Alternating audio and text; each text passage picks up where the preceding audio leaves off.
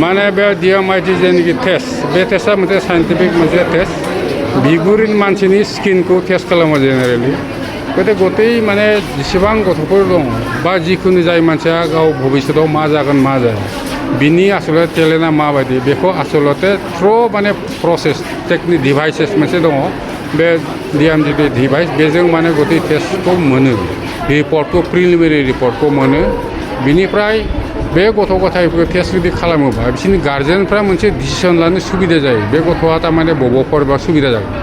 मेडिकेलाव थांगोन ना इन्जिनियाराव थांगोन ना साइन्सआव थांगोन ना मिउजिकआव थांगोन ना आर्ट्सआव थांगोन बबाव फरायनो हागोन बेबादि माने माबाखौ बेहाय टेस्ट खालामनाय जायो गतिके बे मोनसे मोजां मोनसे इउनिक मोनसे डिसिसन गतिके इन्डियाआव आं बेबादि फ्रियै माने बिदि टेस्ट खालामनायखौ नुवाखैमोन आङो खिन्थु दिनै बे मोनसे सरकारा माने बे मोनसे टेस्टखौ खालामनो थाखाय होदों फ्रियै गतै माने बिटिआर एरियायाव आं खोब गोजोननाय मोन्दों आरो बेखौ केरि आउट खालामबाय थादों मोजाङै साक्सेसफुलि खालामदों बेखौनो आं आसा खालामो बेखौनो बुंनानै आं फोजोबनाय जाबाय थेंक इउ